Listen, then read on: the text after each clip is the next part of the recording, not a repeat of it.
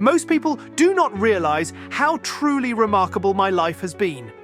Luckily, I have dedicated my days to helping educate and astonish those who have the fortune to be in my presence. This is particularly true in one of my most amazing adventures.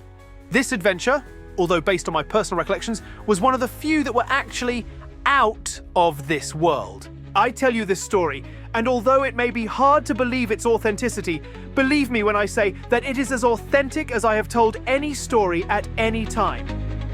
Now let me see. A short time ago, I was vacationing somewhere in the Caribbean.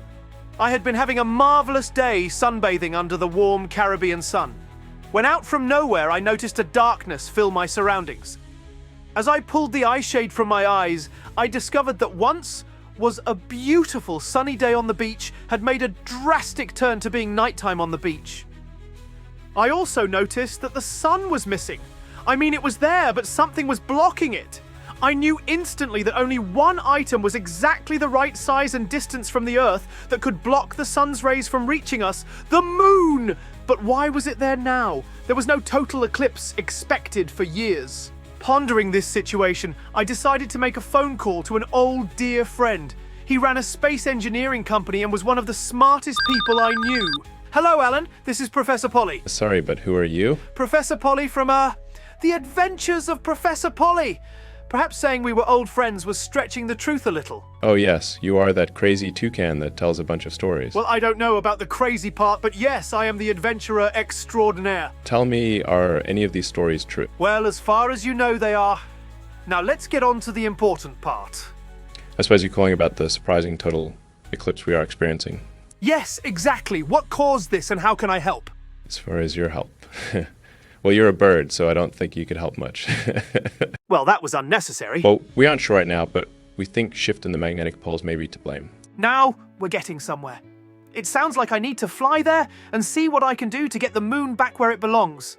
I did not say that in any way. Thank you, Alan. You've been a tremendous help. As luck would have it, I was near a rocket ship launching site. With my advanced skill at video games, I was confident of my ability to launch this ship. This is when an old, shall we say, nemesis showed up. His name is Chang, a smart yet conniving boa constrictor that I had met once before during an adventure in South America. I learned not to trust him then and knew he was not to be trusted now. I was not prepared for what he had planned. I like the darkened sky. Lots of tiny creatures come out and makes for a very, plentiful dinner. Now this bombastic bird wants to go and try to fix the moon. I'm afraid I cannot allow this to happen. After all, a hungry Chang is often a hangry Chang. And that just doesn't seem right. With a few so-called, modifications to this engine, I think our friendly feathery fowl won't be too successful. Then I will be able to feast every day as if it were night. You know meals are much more pleasant under starlight. Now it is only a matter of time before our triumphant toucan becomes our defeated derelict. I can taste all the nighttime crawling rodents now. It is truly fun to be me. As my ship entered its orbit around the moon, I was confident there would be no problem landing. I was wrong.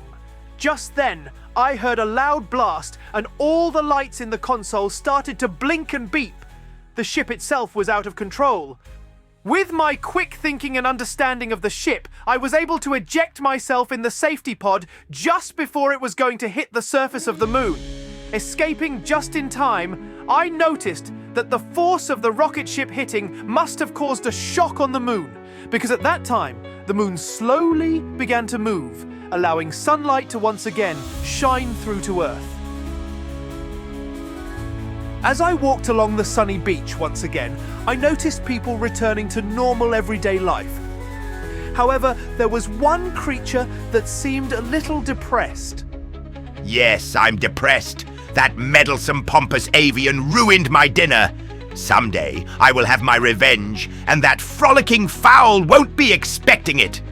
Until then, I must try to survive on these measly portions of jungle rodentia.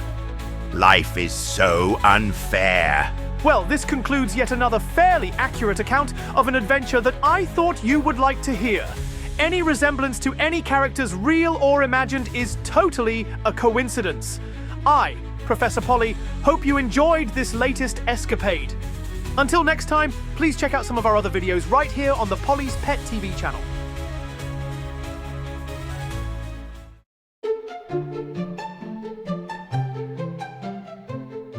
Who am I? King Polly? I don't like bananas. Really? Arms? I guess I'll dance. Do-do-do. Pop-chicka-licka-pop. Hey, sweetie. What's with the extra tail? Houston, we have a problem. You just got mooned. Seriously? I look like a dog with a scratching problem. Again? 2 tails? Have you ever seen a snake before? Does anyone see a problem here? I mean, really? What is this? Am I on some new space football team? Does this make me look fat? Who needs wings when you can just walk in the air?